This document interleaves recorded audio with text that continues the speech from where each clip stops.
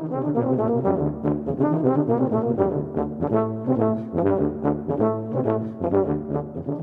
and welcome to the latest episode of the Brass Junkies. I'm your host, Andrew Hitz, and I am joined by my co-host, Lance LaDuke. Lance, how are you? Not bad. Look at here, though. What? I have a Band-Aid on all four of the fingers on my right hand. Were you getting in bar fights? What's going on? Are you... Totally. Somebody told me I should tell people that I punched a bear. That would be a good story. So my wife and I went to Ithaca and Rochester over the weekend. I did a gig in Rochester at, here we go, look at here, Lakeshore Elementary School. All the kids signed a T-shirt for me. Nice. They were awesome. But anyway, so we were leaving the hotel, and I was being chivalrous and carrying my bags and my wife's bags into this parking garage and going up the stairs too quickly, and both hands were full, and I tripped and fell forward and took the top couple of layers of skin off of all four knuckles. I guess the good news is I couldn't put my hands out to brace myself so I didn't sprain or break anything, but there's a horror show going on behind these four Band-Aids. So other than that, I'm just doing delightfully. It's finally become springish in Pittsburgh, so the last few days have just been wonderful. As soon as we're done here, I'll be on the back porch with the pooch, and if you need me, I'll be there most of the day. There you go. Speaking of the pooch, I wanted to thank Parker Mouthpieces for providing the hosting for the Brass Junkies. Parker Mouthpieces, he's more of a cat dude. Parker Mouthpieces offers fine, customizable component mouthpieces for horn, trombone, euphonium, and tuba, including the Andrew Hitz Hardest Model tuba mouthpiece and the Lance LaDuke Model euphonium mouthpiece. Mm-hmm. You can find out more at parkermouthpieces.com or follow them on Facebook, Instagram, and Twitter. So guess what went in the water a few days ago is the boat up in the Berkshires. Hey, so yeah, the dock on the island is not in yet, but that's going in soon. So it's tied up over on shore, but we are about ready to enjoy some time in the Berkshires. Hear Mr. Mike Roy Lance make some tuba sounds at Tanglewood, and not be where it's hot. So That's pretty cool. I had here's some name dropping. You ready? Yes. On the last day of my marketing for musicians class at Carnegie Mellon, I had Keith Lockhart as my guest. There you go. Which is pretty cool. He's a Carnegie Mellon alum, so it was a really fascinating talk. It's too bad we didn't record it, as he just sort of shared his thoughts on where things are and where they're going. But he was so nice and very generous with his time to the kids, but said some nice things about Roy Lance. So I don't know if I can share the name, but one of my good friends, who you are also friends with, actually teaches Keith's kids piano. So has for a number of years, and has reported that he has never seen him. He's seen him in a lot of different states, and has never seen him anything other than completely cordial and friendly, which is cool because it's when you're as big a deal as Keith Lockhart, you can get away with being a pain in the you know what, and you're still going to work, and it's easy. There's the pooch is ready to go, and it's easy to behave for a master class or on the podium. But he's a good dude. So he was very generous with his time. Like a bunch of kids wanted to ask him questions afterwards, and he couldn't have been cooler. And I got to go to lunch with him, so I was really felt very fortunate. That's awesome. Good stuff, good dude. Well, our guest today is our dear friend Kevin Gebo. He's a good dude. He's maybe not like Keith Lockhart levels of good dude, but he is. I like that your dog, who is the size of a cat, is now like suddenly decided that it is time to go. The rug here is very scratchy, so she likes like rolling around on it. There you go. We interviewed Gebo in episode 4. How about that? Crazy. TBJ4. 2015, yeah. Yeah, that is a long time ago. That is a very long time ago. There is Lance's dog, which is great for those of you who are listening, which is most of you. Well, I've got her close to the microphone because she snorts a lot. I'm hoping I can get her to we have not heard any snorts yet. Thank you to everybody who's left a rating and a review on Apple Podcasts or wherever you get podcasts. And simply for your attention. There's a whole lot of places that you can be putting that attention. And so we really do appreciate all of you in the audience and all of you who are Patreon patrons who help make all of this possible, because there's a lot of ongoing costs. You'd be surprised by some of them. And so you are deeply appreciated. And Lance, you are deeply appreciated as well. Oh man, thank you. That's the only way to be appreciated is to be deeply appreciated. This was cool though. I'm glad we got into. We've talked to military band players before, and of course, God knows I've dropped lots of military band stories. But I feel like we covered some parts of what that gig is like differently than we had before. Yeah. So it gives you just some insight into what those jobs are like. So yeah, I thought it was cool. So. All right, and without further ado, let us get to the conversation that we had with trumpet player extraordinaire Kevin Gebo. Hey, thanks for watching. If you want to see more content by the Brass Junkies, just click on the like and subscribe button. You'll have an opportunity to see some of the greatest brass players in the world, and Andrew and me.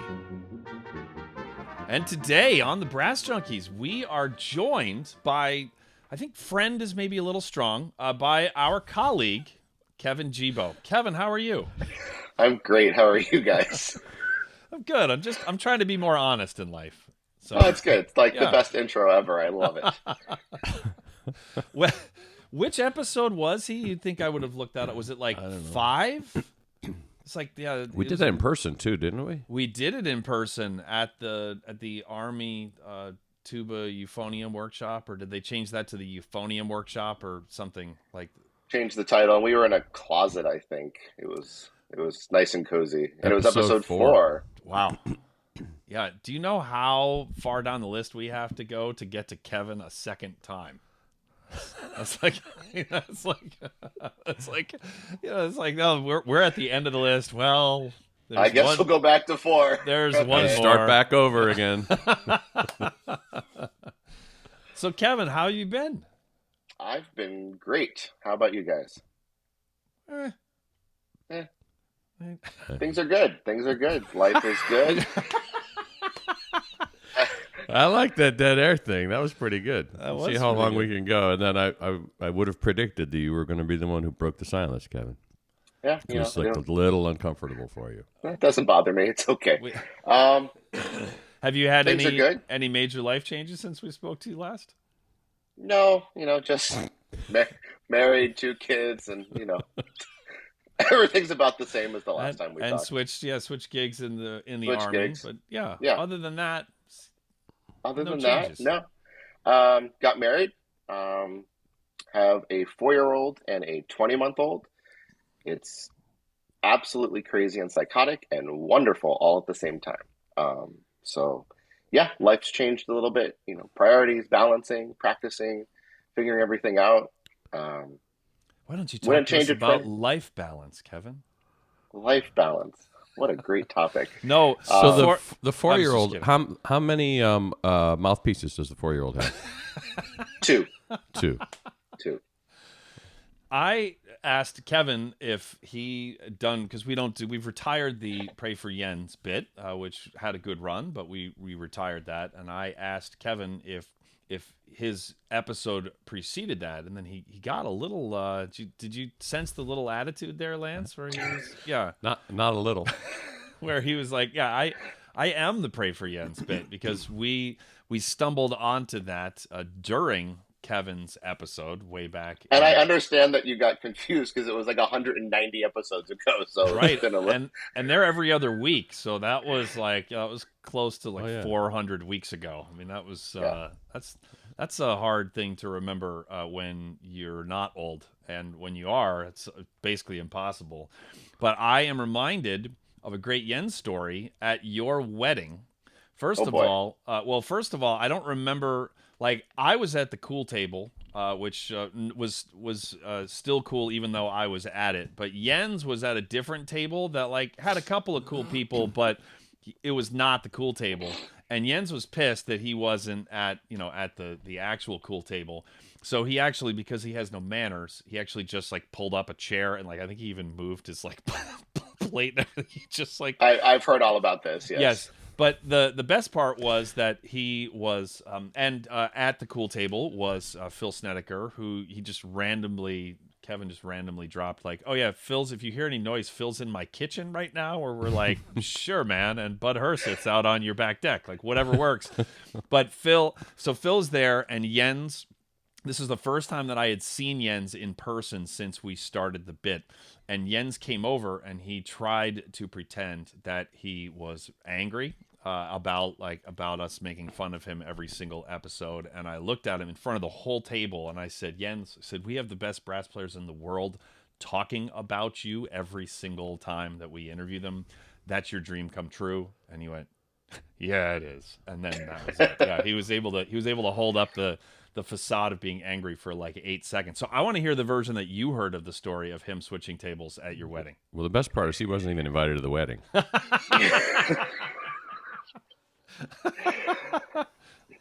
On a day like that, you have no idea what's going on, but there are several stories come back to me, and one is literally that Jens picked up his table setting, which, months of planning go into, and he's like, nah, I'm gonna go over here. And I think the wedding planner came and told us, and I was like, well, who would do, and she's like, that guy over there, and I was like, oh yeah. I never heard this part. Just let it go. He's fine. He's harmless. Yeah. It wasn't an uncle. He wasn't trying to, you just, whatever. It's Jens. I can't explain it to you, but I expected that's who it would be. The funny thing is I bet that wedding planners, when that happens sometimes, I bet it's when somebody, who, can't be sitting with someone else, then go, it's family dynamic, actually, a big part of their job is probably putting out the fires, and you're just like, oh, it's just Jens. He moved here. Is there going to be a fight? Is there going to be I was like, no. Yes. No. There's going to be something, but I don't know what it is. So. He has a fake beef with the tall dude, but they're actually really good friends. Yeah, don't worry about it. Yeah, there'll be a fake fight. Yeah, it'll be fun. All I know is apparently at the end of the night there were people falling asleep in a bathtub eating McDonald's. So I guess it was a fun evening. I don't know. Wow. I had left by that point. In your room? I don't know. Maybe. I thought it was weird when Kevin was like, everybody should come back to my room. I got McDonald's. I was like, okay, man, whatever works. I would have been one of those people if you'd gotten married earlier, but no, Tiffany and I just went back to our hotel room, and we did not pass out in any bathtubs eating McDonald's. So, yeah, probably for the better. I'd love to ask you for names, but I'm sure you won't give me those on. Yeah, I can't do that. That's a hard pass. There's also another really good Jens story that's just not tellable on the podcast, but most of them aren't. Most of them are. We've Lance and I have recorded a whole separate podcast of Jens stories. We're just waiting until he passes, and then we're gonna release the whole thing. So we're up to episode 32 so far. The best story for me of Jens for my wedding is, I asked him if he'd play Gabriel's oboe. It's one of my wife's favorite pieces, and Jens is going to be there. And while we give him all the what in the world, spectacular trumpet player. So I was like, I'll have him play Gabriel's oboe for my wife, and it'll be great. So during the ceremony, he stands up and plays this stunning rendition of Gabriel's oboe. Fast forward, I hate to admit this, but it was quite good. Yeah, it was gorgeous. Exquisite. And it was months later, and my wife turned to me one day, and she's like, I really wish you had Gabriel's oboe played at our wedding. I was like, what do you mean? She's like, well, I really love that. I thought you were going to do something with it. I wish you had. I was like, I did. Jens played it with an organ, and it was stunning. One of the best trumpet players in the world played it. She's like, no, he didn't. I was like, oh, I'm not going to argue with you, but yes, he did. And to this day, it's the joke of Jens didn't play at our wedding, and no, he actually did.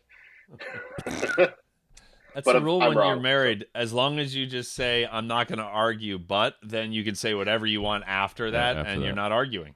Yep. It's become the joke now that, we told Jens, and whatever, he's a little hurt that he doesn't remember that. It'll be okay. It was beautiful. It was gorgeous, though. That was a hell of a band too. The ceremony, and then also the reception band was amazing too. Yeah, there was that room was stacked. It's helpful when you're in the music business, and we have lots of friends. That was the calling in the favor evening. I haven't done one for you since. haven't asked you since, if I remember correctly. There's part of me tempted to never go back to the fact that Snedeker's in your kitchen, but why don't we find out why Phil Snedeker is in your kitchen? Wait, first question: if he's uninvited, blink twice. There is a opera gig in town, so that is happening yesterday and today. So, all right.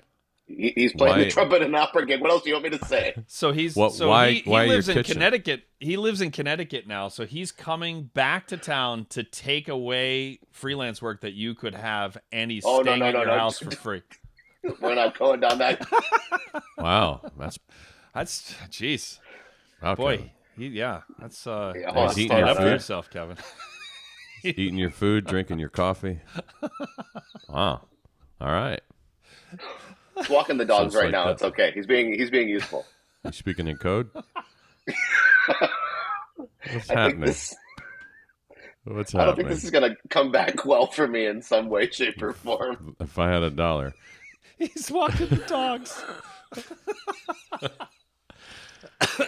All right, here, let me try and right the ship. So, Kevin, your job 7 years ago, which I just looked, that aired April 14th, 2015. Wow. Holy smokes. Wow. But anyway, your job then was, and your job now is? So then I was in, and still am, in a way, the Army Ceremonial Band, which we talked about before. See, just to make it really awkward. Hey, there we go. Now we're talking. Look at this guy. Wait, and he doesn't have headphones on, so we can say whatever we want. Yeah, that's right. For those of you listening, Phil Snedeker just walked into the room. So, you're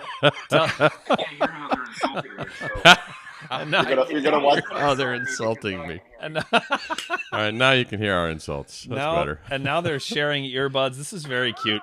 It is cute. That's How are good. you, Phil? Is Kevin behaving? Well, I haven't seen much of Kevin. He's been all over the place like I have been. But I flew in yesterday and did a rehearsal, and I fly out tomorrow, and my life is crazy. But it's good, right? Hey, that's pretty good. We were Beats the talking alternative. about how everything has come back with a vengeance, and now we're all like, "Oh shit, is this what we asked for?" There is. We always get ahead before the summer starts because scheduling gets hard, and I am reminiscing about the fact that early in the pandemic that I could text like Joe Alessi at like noon and be like, "Hey, we want to interview you," and he would immediately text back and say, "Great, when?" And then I would say, "Tomorrow night at 8 p.m." Like not even as a question, and he'd say, "See you then," and it was just where it's like. That guy is like usually you need like anywhere between 1 and 4 months, advance notice, understandably, because right now he's in Portugal and then he's going to Germany and then he's going back to it's like he's Joe Alessi, but everybody was home and now it's hard. Although it was mysteriously easy to get Kevin booked, I will say that. So well, I'm gonna bow out because this is Kevin's interview, and I'm paying $10 for this interview because I'm a Patreon member. So whoa, hey, come on. Give it up for Phil Snedeker. All right, go walk the dog. Bye, Phil. Hey, Kevin, are you a Patreon member? Yes. He's not any better at lying. Not for your show, but that was for I support like 15 people on Patreon. Yeah, there's like 5 other brass podcasts. Yeah, that I prefer. So, to answer Lance's question from before, Ceremonial brass, which most people, if not aware, that's we support Arlington National Cemetery, all the funerals, ceremonies at the Pentagon, the White House, things like that. I also play with the Herald trumpets for the last several years, and this last December of 2021, there was an opening for the spot in the Army Brass Quintet, which I was fortunate enough to win. So I'm literally still in the transition process of moving over full time. I'm doing it on occasion alongside ceremonial band and heralds and everything else. But we hired a replacement for myself who is in the process of basic and all the fun stuff. And once that individual gets here, then I will fully be in the brass quintet, and I'm really looking forward to it. It's a great group. It's something I've always wanted to do and be a part of. So yeah, the next half of the career is going to look a little different than the first half. So the in the ceremonial brass, how how many services a year would you say you were doing? It's a big number. Hundreds and hundreds. And the ceremonial band itself is thousands. Right. Because every day it's at least 3 to 4 larger full honor funerals, which includes the whole band. And then there's anywhere from 2 to 12, we call them simple honor, funerals with just a bugler. And then we have a bugler at the Tomb of the Unknown Soldier every day. Every hour the cemetery is open. So it's, And then the herald trumpet. So the trumpet players, again, not to say nice things about the trumpet players, but if you're a trumpet player in the Army band, especially in the ceremonial side, you're working in good shape. Yeah. But the good thing also is it fluctuates and it's different. So, it's not too monotonous all the time, because one day you're doing full honor ceremony, one day you're at the tomb. Last week with the heralds, we did a really random cool gig. They invited all of the Olympians, all the U.S. Olympians to the White House. So we got to play Olympic music, the fanfare and spirit, while all the Olympians walked into the White House. And, they would all stop. This one woman stopped with 6 gold medals, and She listened. She's like, "I love you guys. You guys are amazing. This is so spectacular." And I'm like, "You're kind of the amazing one, but thank you."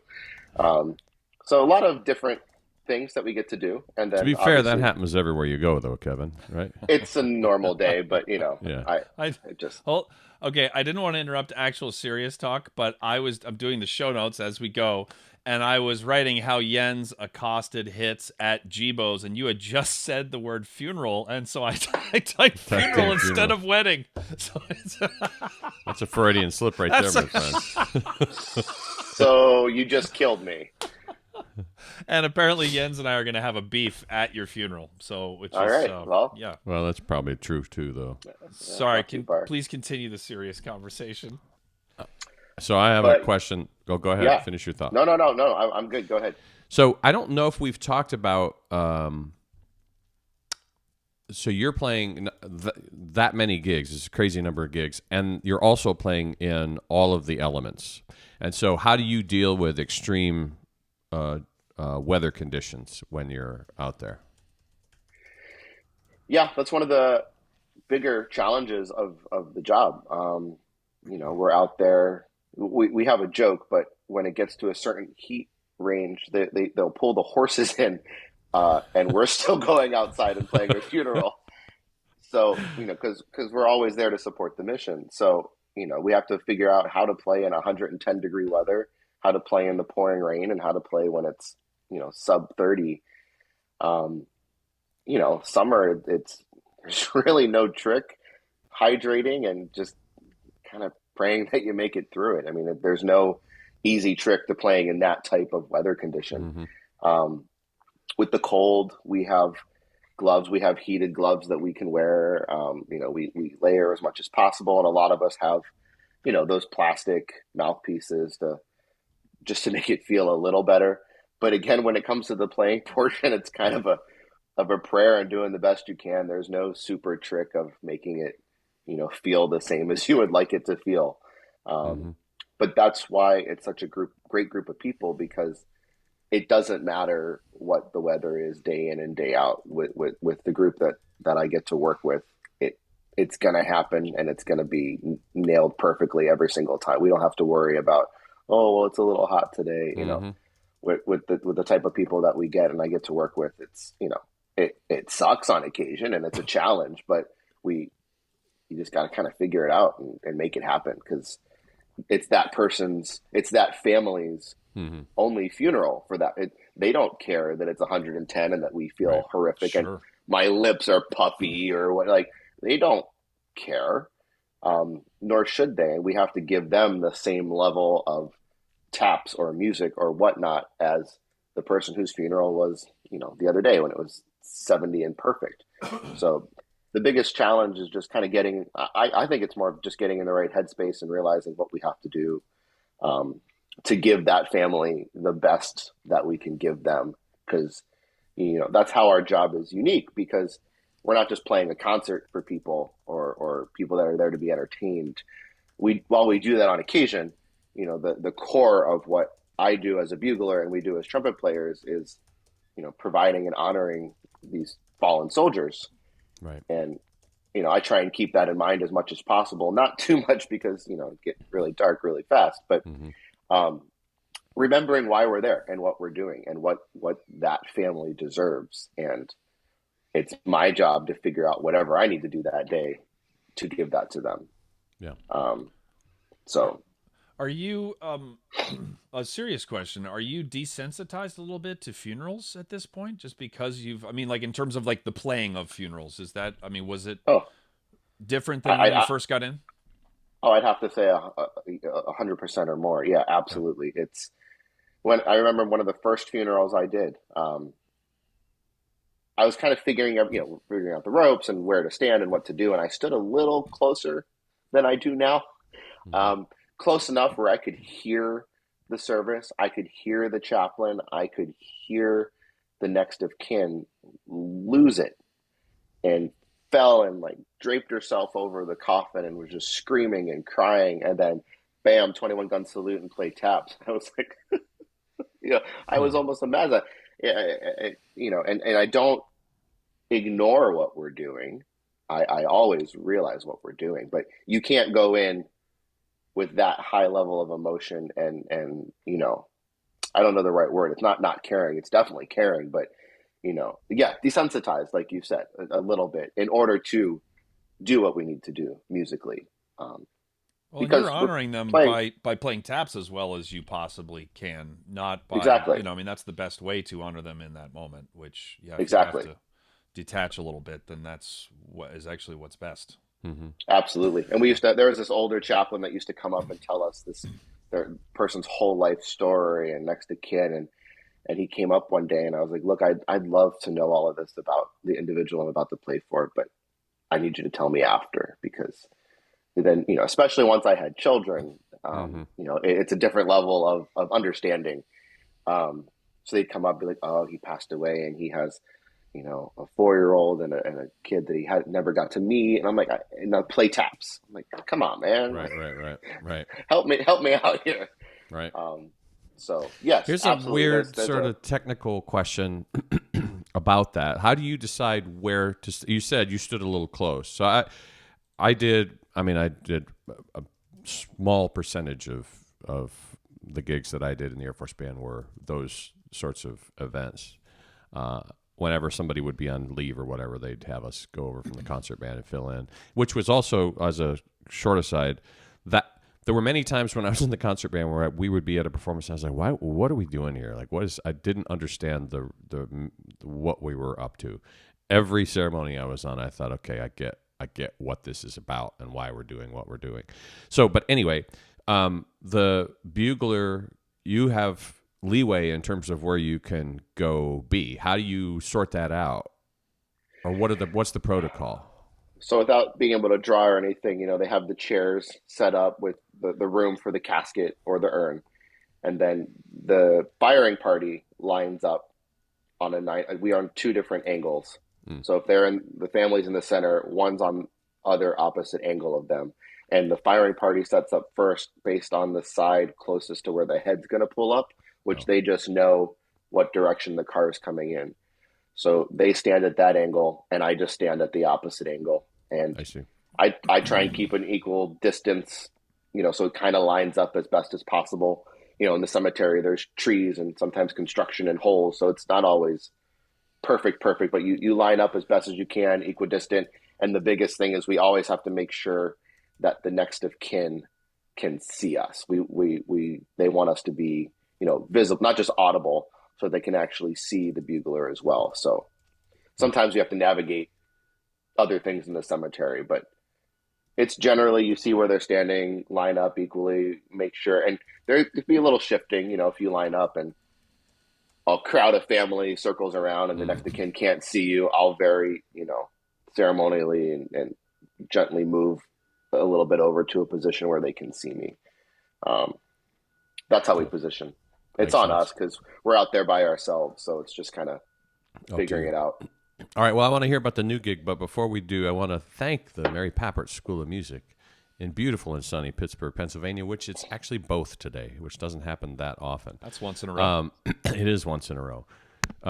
And so they have been a longtime sponsor of the show. We want to thank them. We want to encourage you to click on the link in the show notes so you can find out about all the ways you can be involved with the brass area at Duquesne University at the Mary Papper School of Music. So please do that to let them know how much you appreciate their support of our show. And a very special thanks to Jim, Paw Patrol Nova, for making it possible.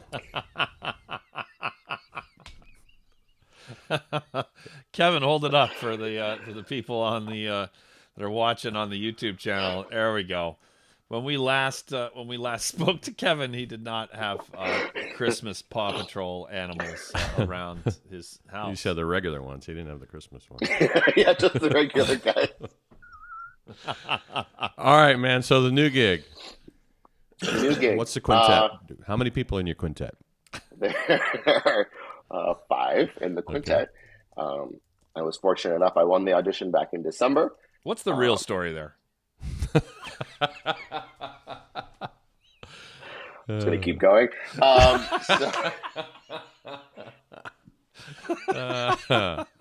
I will be replacing Sergeant Major Terry Bingham, who you guys know. Yeah, he's amazing. A spectacular player. So he is, we hire as someone's leaving, but there's always a transition period, especially when someone is already in the band. It's a weirder transition period because I still have my job and my replacement's not there. Well, I'm in this new job, but I still need to do my other job. So I'm kind of doing all the jobs at the moment, but it's great. And I love the quintet. It has, ever since I was a kid, I've really enjoyed brass quintet music. I know this might be a trigger point for 2 of you, but I love brass quintet, and it's a great group of people. So yeah, and the great thing about the quintet is not only the storied history, but the types of things that the group gets to do. And just like you mentioned, when you were on the ceremonies, there was a purpose. Mm-hmm. We get to take that into other places that we wouldn't normally get to do with the ceremonial band, mainly because of size. Just last night we played a ceremony in New Jersey where they inducted, they swore in 50 high school students into the military who are shipping off basic training. So we were able to go, and they had this big thing with the former enlisted leaders, and what was he? He was the Secretary of the Army, like right-hand man. I'm drawing a blank on the title. So big name people that these kids got to meet and get to speak. And, you can put the quintet in a corner. We have all of our music memorized. We don't take up a lot of space. We can provide them music and support, and the same thing that the ceremonial band and the concert band does, but we're very mobile with the 5 and can do ceremonies that, those other bands, it's just logistically not doable or possible. And also they get to do a lot of, a couple months ago when they state funeral for Colin Powell, the brass quintet was the music for that event. So they got to sit in the National Cathedral, and, they were the music, the prelude music and music throughout the service. And these jobs where you're sitting there and literally 4 presidents are sitting in front of you, along with the entire Supreme Court and all of Congress. And, the level of the people that we get to perform for, and the events that we get to be a part of, that are accessible with the 5, it's a whole different aspect of what we get to do with the band.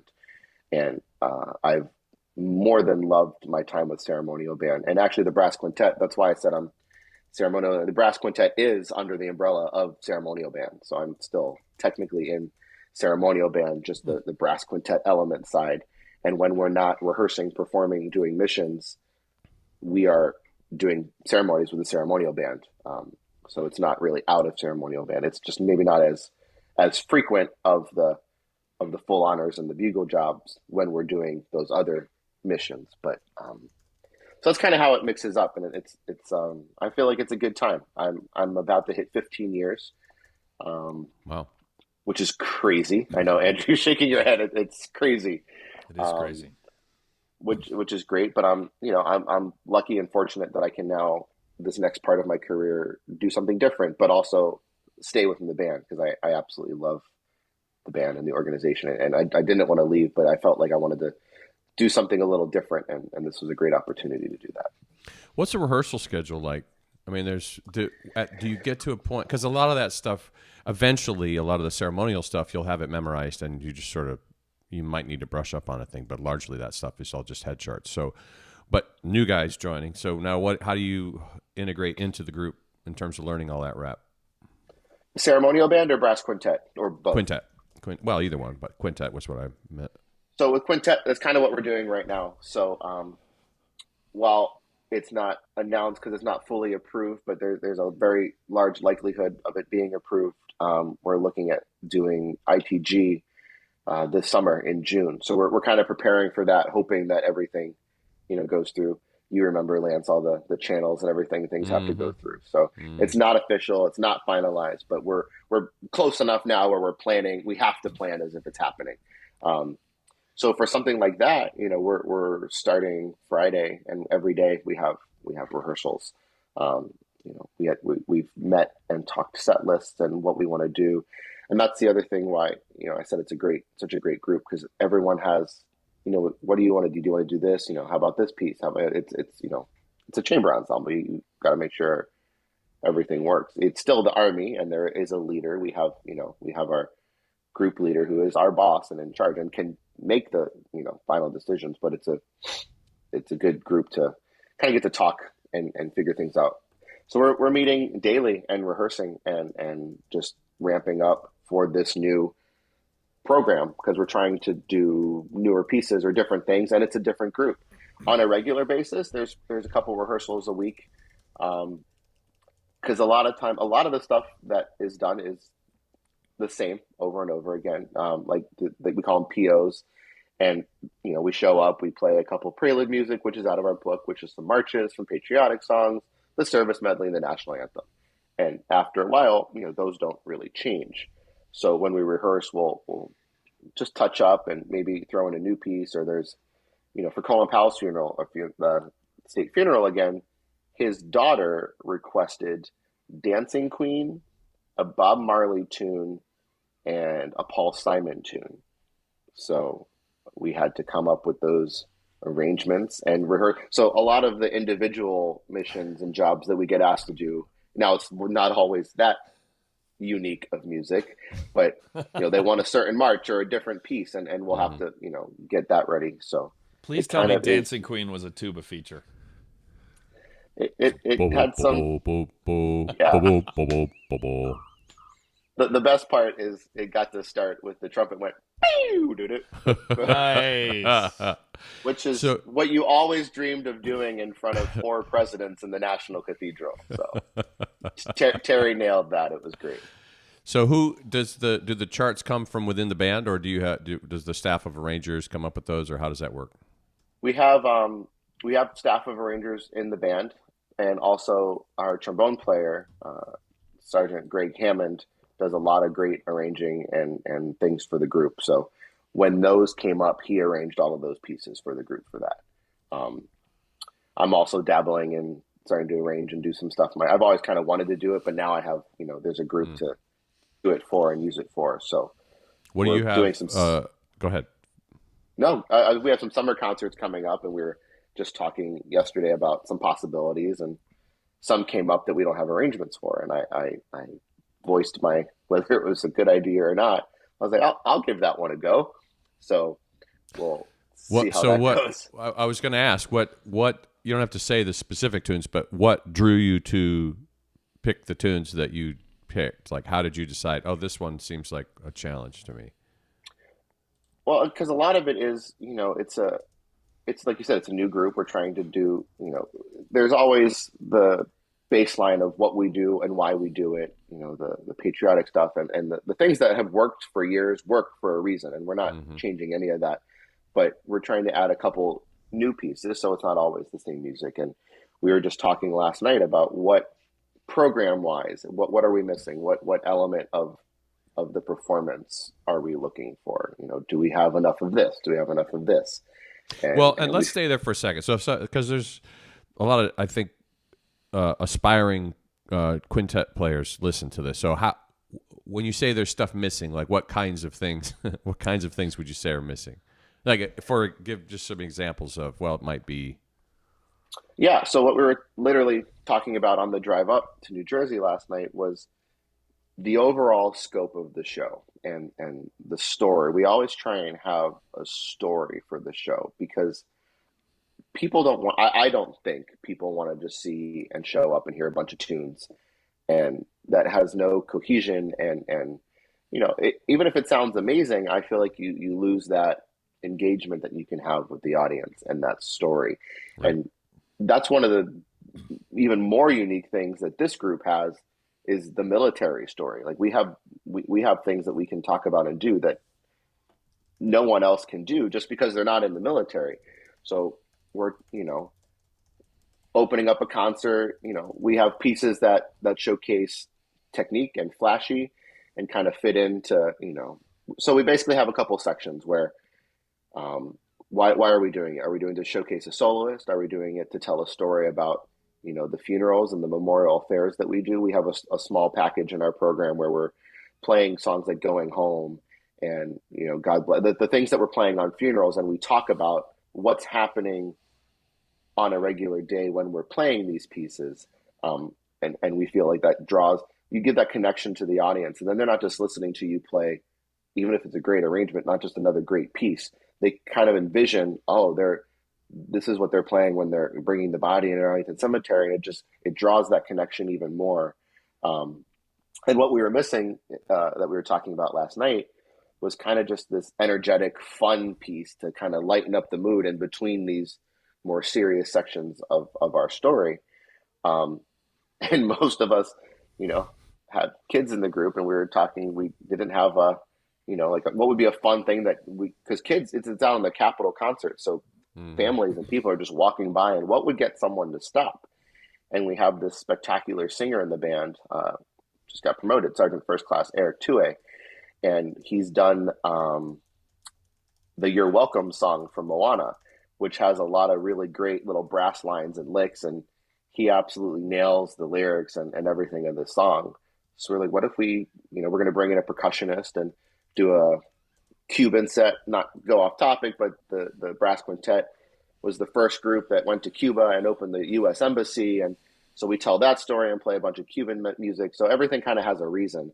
And this piece is going to hopefully, it's just a thought last night, but just because we're talking about it, maybe adding in this fun, piece from Moana that's going to just break the ice between this serious portion before we move on and close the show. So it's great. It's just that. As long. Yeah, me too. You said something very profound, which took me aback.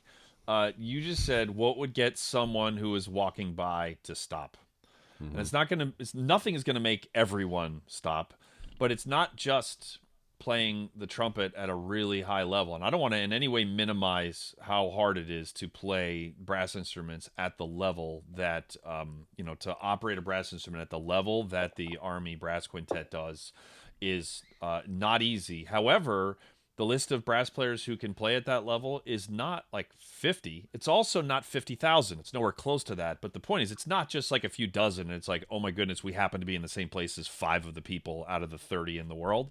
So it's just got to be more interesting than that. It's like imagine if a filmmaker just like didn't think about a storyline, and it doesn't have to be like an actual plot, but imagine if it was just scene after scene of like perfect lighting and of like really, really innovative editing. And, it's like that would be a super niche film because I'm not smart enough to know the difference between great lighting, which is any major movie, or really kind of pushing the boundaries lighting. I don't know. And so what would get someone who doesn't know everything about the intricacies of chamber music to stop? I think that's a really powerful question. And I think the balance is to do that, but also not just play a Lion King song just to play a Lion King song and like whatever, just to play fluff to do that. Like, we have this spectacular singer and we're going to have hopefully a great arrangement of it. It's still going to be a high level piece and performance. We're not just doing it to blow off a piece, but it's also going to engage that different part of the audience, to make it more of an entertaining show. Well, the story thing I think is so important, and I think young groups, this happens in recitals all the time. When I can see giving a pass to some students that you have to play certain repertoire sometimes, But if you start with a story, and it doesn't have to be a literal story, but there's just like a trajectory or a beginning, middle, and end, well, it just makes things so much easier in terms of programming. Oh, we know we need a thing that does this. And then you go look for a good piece of music that does that. Instead of, well, we sound good on these, we should do these. Right. I don't think anyone wants to go to a concert and hear like an Ewald, the Gabriele, a Jeff. Like, they're all great pieces, and we may play it at a very high level, but that's not. Who's it for? Yeah, I mean, yeah. Well, why are we doing this? Yeah. Again, like you said with the funerals, you know why you're doing this, and with adding, like, yeah, trajectory is a great word. It doesn't have to always be a storyline, but we've taken all these trips and done all these diplomatic relations with the quintet, and we have all these things that we can pull from, and then you get to talk to the audience, and they feel like they're a part. They get to know the group a little. They feel more involved with you, and you can see it when you do that properly in a concert. The way that they engage and react and listen, and they're paying more attention, and they remember the concert when they walk away, as opposed to, I just saw another concert on the mall, and by the time they get to the car off the National Mall, they don't even remember who they just heard. If you draw them in, maybe they'll come back to another concert, maybe not, but they're going to remember that concert that they saw and what you played and why you played it, and that's the goal. Makes sense. Why is what you just is the why. The why is so there. You and Phil Snedeker, who is in your kitchen, which is still funny to me. You're two of the best trumpet players that I've ever heard. But there's one thing that you have over Phil that Phil does not have, which is that you're you. And there's something that Phil has over you, which you don't have, which is that Phil is Phil.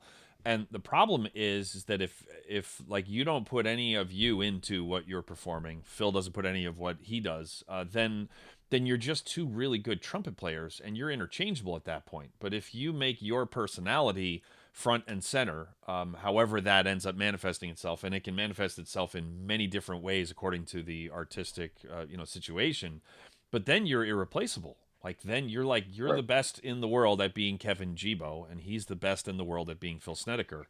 And I think if you're a young group, you gotta say something. Like, there needs to be a reason why you're playing what you're playing. There needs to be a story that needs to be thoughtful, or else any other quintet is going to be able to come in and just do essentially the same thing that you are. And that's when you have trouble getting traction, and that's when the band ends up splitting up after 2 years, because there's not really any gigs, because they're not getting any traction because you're not saying anything. So there. And I think it's also realizing what each individual in the group does well, and doing something to enhance that, to showcase that, to feature that. Yes. We know what we all do best, and if there's a certain chart that comes up and it's way out of if it's just 100 measures of scream trumpet double G's and above, I'm be like, that's not what I do. I'm at the point of my career, I know what I do well, and I know what I don't do well, and everyone just kind of tailors to that. And yeah, it's been a lot of fun figuring that out. And that's one thing the group has done amazingly in the past is work to your ability and showcase, make it unique, like you said. And yeah, so I agree entirely. Before we go on, I forgot, Andrew, I got to remind Andrew that Houchin Horns aims to spread the joy of music through providing the highest level of products, services, and resources to the brass playing community. Andrew, what occurs to me is if Jeff Connor was reading this, it'd be Houchin Horns. The backstory there is that he pronounces Houston. He pronounces it Houston. He doesn't say the H. There's no H. It's Houston. There's also no O at that point. It's just Houston. They do repairs and customizations in-house. You can as a 15-day money-back guarantee with free shipping on all new instruments and accessories with multiple easy financing options on all inventory. Terms and conditions apply. They have free domestic shipping on all new items, excluding sheet music, and free domestic returns on new instruments and mouthpieces when you order online at houchinorns.com. You can browse vintage and consignment instruments at their website. They have free instrument consultations in person and or virtual. You can browse the extensive news and resources page for great pedagogical info, articles, interviews, videos, and events, and more. And if you enter the promo code Junkies, At the online checkout, you'll receive 10% off your purchase from HouchinHorns.com. Some limitations apply. How about that? Amazing, huh? Nice. He's really something. I had a funny text exchange with Mr. Jeffrey Connor the other day. It was good. It's weird. Why didn't he call Jose Oze? And I don't know, because it's a letter thing. It's not a sound thing. That's I guess you're right. Anytime that Jeff reaches out to me for anything, like, doesn't matter what it is, he texts me, he calls, the emails, the reply is always, "Do you miss me?" That's the first thing I ask him every single time. Like, he could be like, "Hitz, I need a big favor," and I just reply, "Do you miss me?" It doesn't matter what it is, and then he always says, "Yes, I miss you terribly," and then he gets on with whatever and then he sighs and then says, "Yes, I miss you terribly."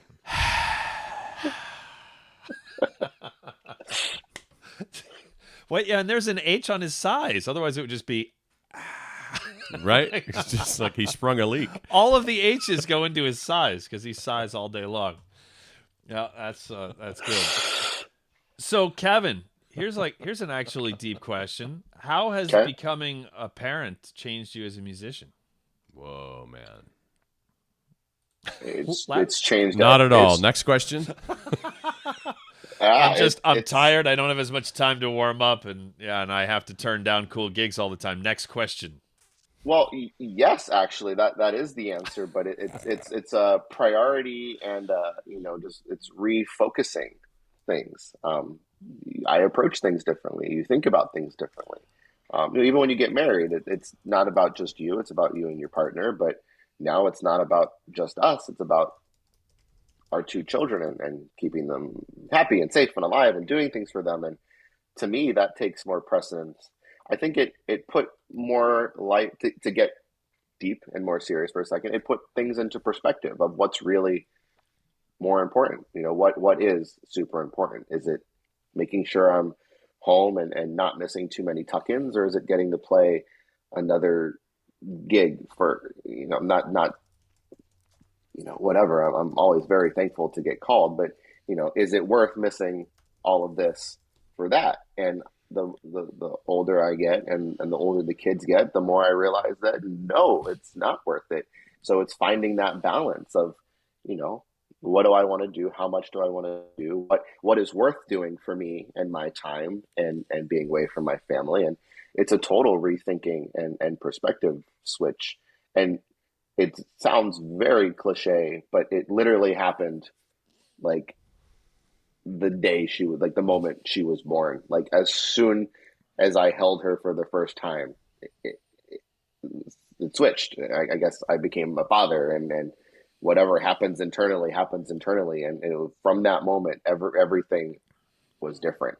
And I didn't expect it to be. Everyone's like, "Oh, it's going to be different." Like, you're not going to do, like, yeah, whatever, shut up. Like, I'm going to do what I want. And then, it happened. I said, Kevin, I just need you to know your life is going to be different. Yeah, whatever, Andrew. Yeah, it's fine. Yeah. And then, it happens, and you're like, oh, this is different. Oh, it's like real different. Oh, like different. What is this feeling? It's like I care about things again. Like, what is happening? Yeah. So it's just put a lot into perspective.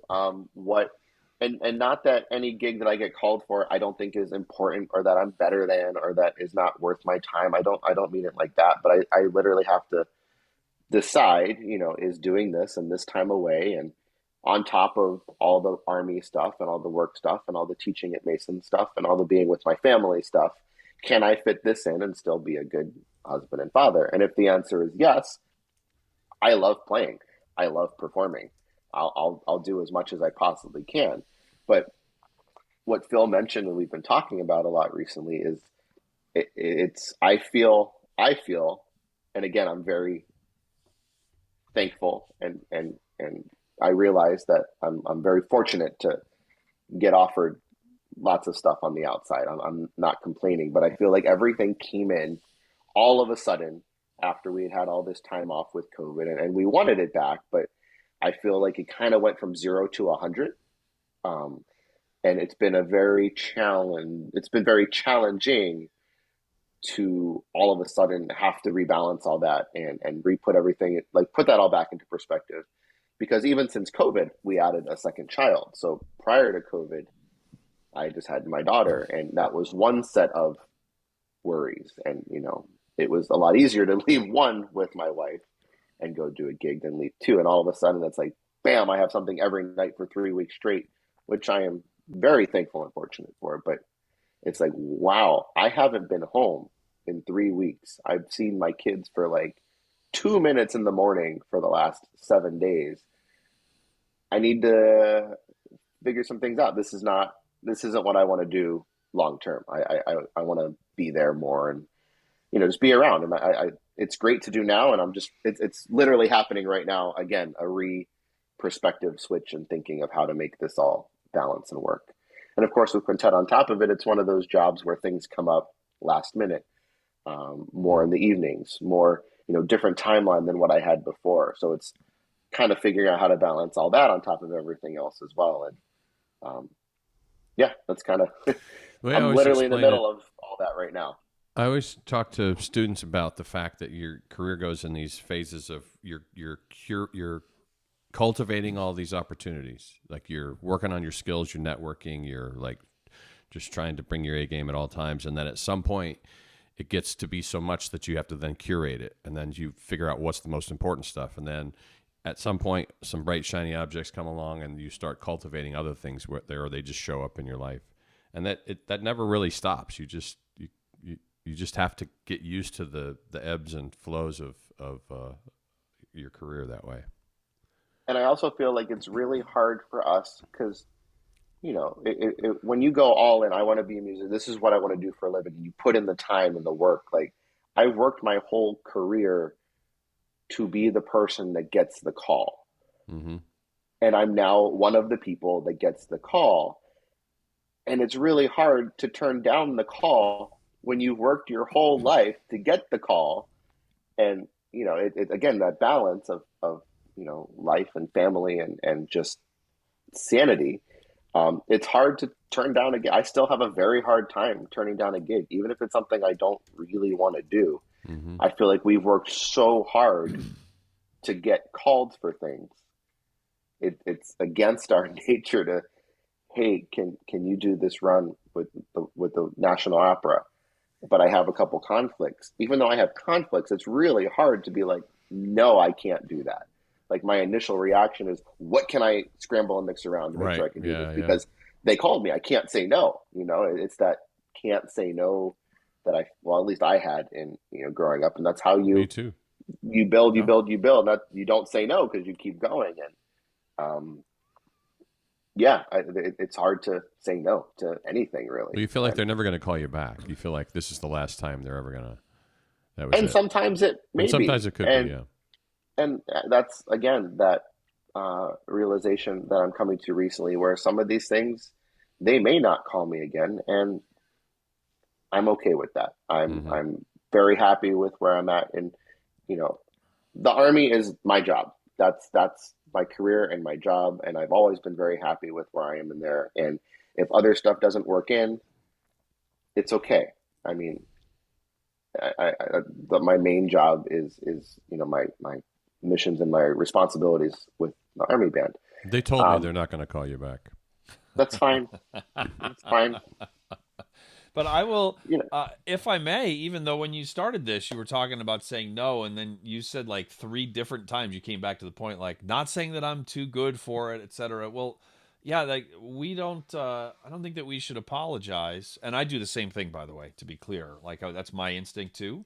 But we shouldn't apologize because it doesn't mean that we think that your gig isn't good enough. It just means that like not being absent from bedtime for the 6th consecutive night is more important. But that doesn't mean that your gig isn't valuable or that I've decided that my musicianship has ascended to a level where I no longer would be playing a gig like the one you're offering me. Like, right. It's never that. No, but I'm the same way where it's like, okay, I don't want to step on toes, you know. And it's interesting. My friend Ben Barron, who's a clarinetist in New York, he's one of my best friends. He subs with with the New York Phil and with the Metropolitan Opera and with all of the big regional orchestras.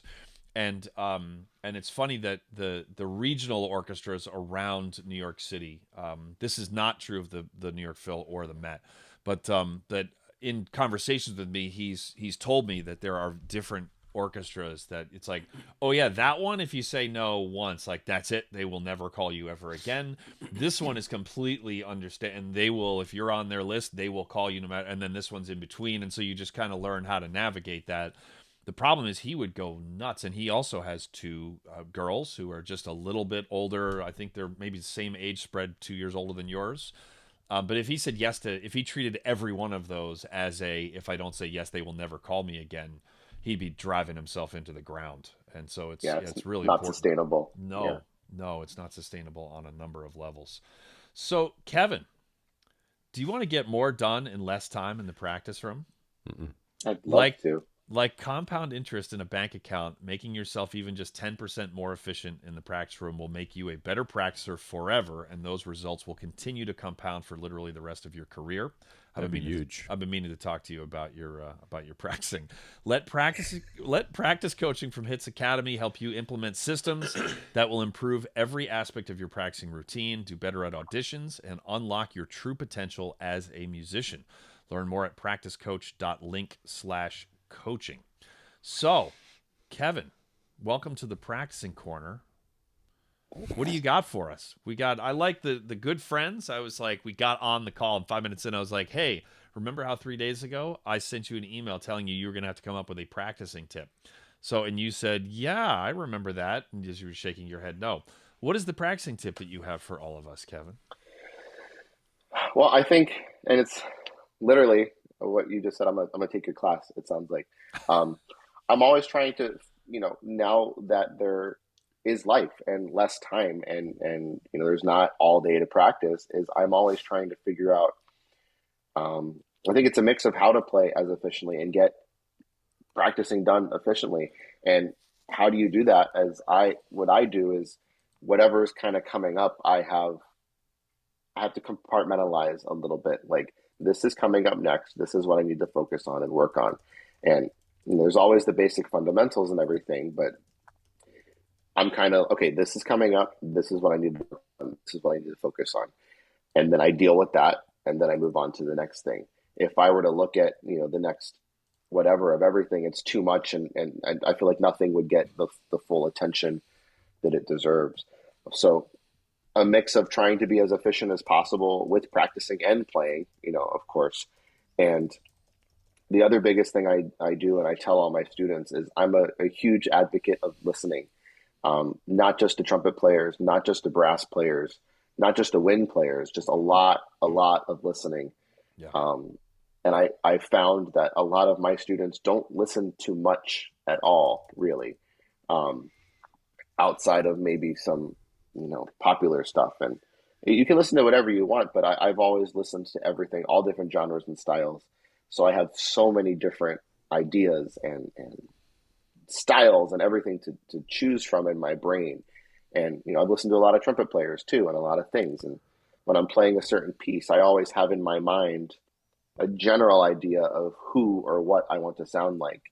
And it's not necessarily copying someone, but it's taking what I like from that and what I like from that, and then putting my own, unique voice and touch into it. And I think the more you have to pull from those things by listening and knowing what's out there and who sounds like what, the more you can do that, because there's more stuff up there to kind of grab from. Well, yeah, so the more you limit what you expose yourself to in terms of styles, that means that you're limiting your ability to play Dancing Queen. You're limiting your ability to play this Cuban rep that's cool. You're limiting your ability to play in a variety of styles if all you listen to is one sort of thing.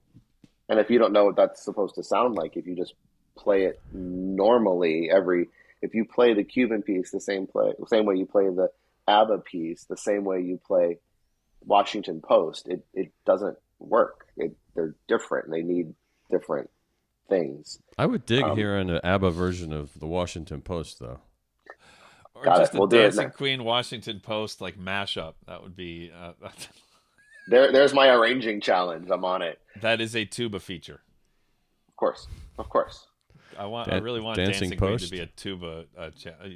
Although I would suggest to make it even better, I would suggest that you swap out the trumpets and actually probably the horn and the trombone for 2 euphoniums and another tuba. So I think that's no longer a brass quintet, but yeah, that sounds great. Well, no, of course not. That's only 4 people, Kevin. Huge. Oh, yep, there you go. Yep, there's Kevin dropping some serious knowledge there. Like, I don't believe 4 people is still a quintet. It's like, boy, he's passing that knowledge on to it. Pardon me, sir. That's my DMA at work right there. Sorry, I forgot that his people contacted us. We're supposed to call him Dr. Gebo. I always intentionally forget that. Was that your thesis? How to identify the difference between a quartet and a quintet? Yeah, I nailed it. Way to go. Good job. Extensive footnotes. Now, I think your dissertation was on Paw Patrol as it relates to the modern police state. Is that correct? 100%. Yep. What was your dissertation?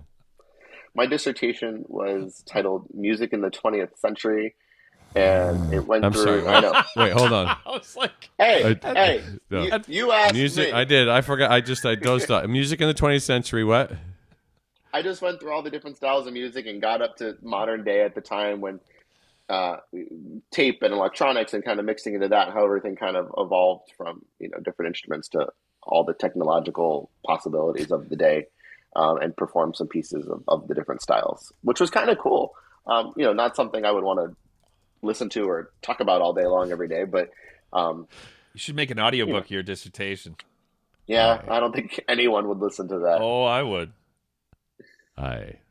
We could just play another 30-second clip every episode of the Brass Junkies. It'd be like Gebo's dissertation corner. That would.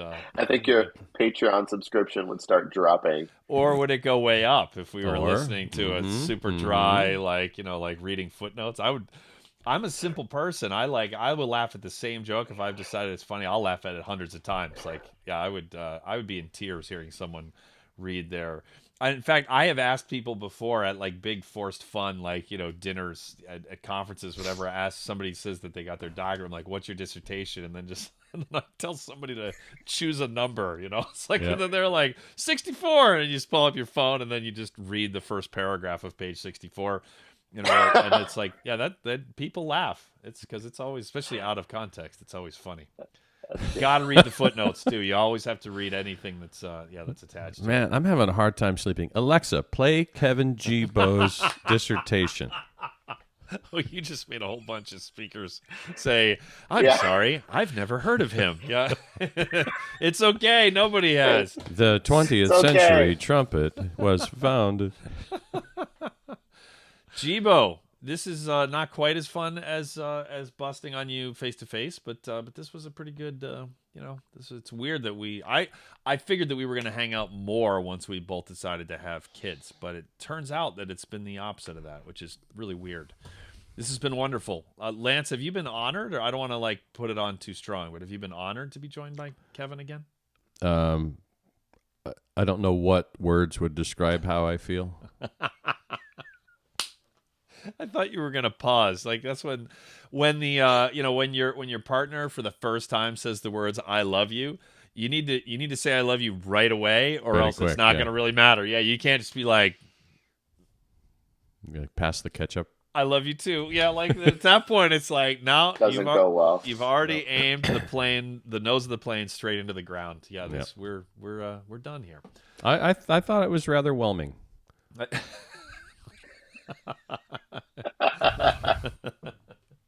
On that note, we made fun of Jeff. We got a cameo. Phil Snedeker, just waltzing in. He's just like, I got on a plane yesterday to be able to crash this Brass Junkies episode. Gebo, I miss you. I hope we can play together again sometime soon, although I believe I'm too old to join the Army, so we're going to have to do that outside of the confines. You think that's the only thing stopping it? You got to go through a top secret level clearance too. Don't forget that part. Well, yeah, there is studied with Sam Palafian. Like, no, like, done. No, you are good. No, they're just the chances are if we keep going, then you will not pass. So we'll just save everybody some time. We will hang out soon. It's been great, slowly getting to see people and do things, and I'm getting excited. And one thing we're actually doing coming up, and hopefully if this ITG thing works out, is Phil actually started back in the beginning of the pandemic this Zoom hang group where a couple of us just got on to hang out, and like it was in the beginning, and everyone was figuring everything out, and it kind of brought us all together. And it was for Ryan, and he got on a couple of times. It was just a chance for us to see and talk to him, and he's since passed.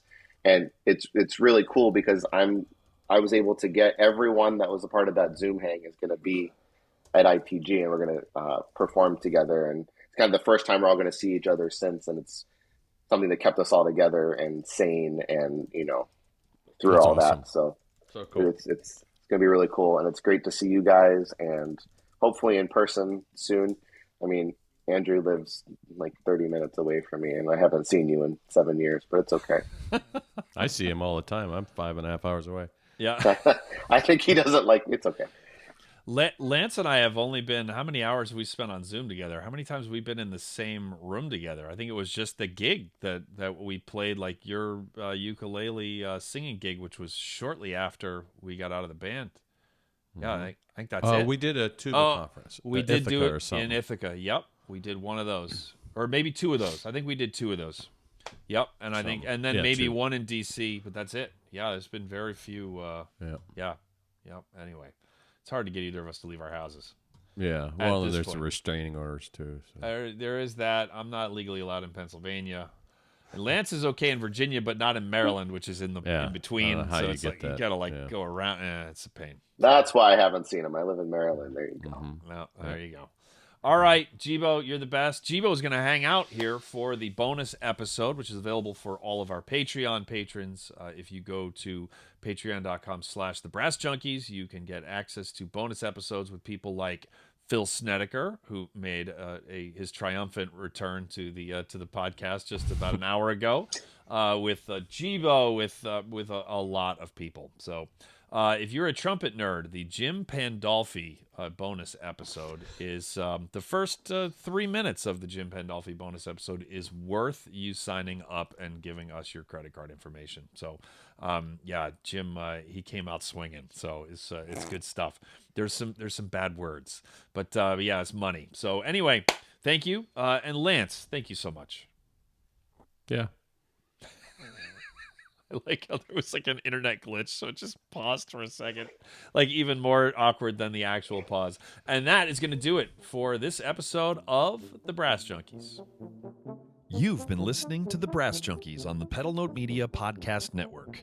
If you would like to hear the bonus episode featuring today's guest, please visit patreon.com/thebrassjunkies to learn how you can support the show and instantly access all bonus materials, as well as gain access to a special patron-only Facebook group. The Brass Junkies is produced by the amazing, wonderful, and truly inspirational Will Houchin. The theme music was composed by Fernando Dados and performed by Andrew Hitz and Lance LaDuke. We are at Pray for Jens on Twitter and Instagram, and have a Facebook page at facebook.com/prayforjens. You can find out more about the Brass Junkies and all the other Pedal Note Media podcasts at pedalnotemedia.com. This has been a presentation of the Pedal Note Media Podcast Network.